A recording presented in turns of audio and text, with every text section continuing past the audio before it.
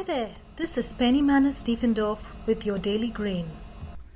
So, if after listening to the last several days of Daily Grains, you've come to the conclusion that yes, there is some bloat in your life, somewhere, anywhere, in any of those levels of consciousness, then the question is, what do you do about it? And here's the answer. You start a slow and gradual and organic process of elimination. You start with the least painful element to eliminate, and then you just progress onwards. The important thing is the realization, is the determination to start cutting back, to start simplifying, to start removing the things that you really don't need.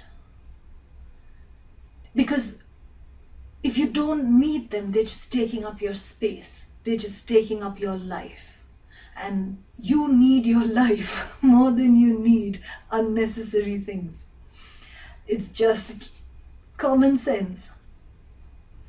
And the brilliant thing about this process of elimination is that it will bring you to more clarity and ultimately more focus, which is the point of the whole exercise, to allow you to focus on what really matters, to allow you to bring to bear all your energy and resources and finances on the things that you care about, on the things that you wish to have more of in your life. And then guess what? You will have more of it. And you will have the space and the time and the finances to enjoy it.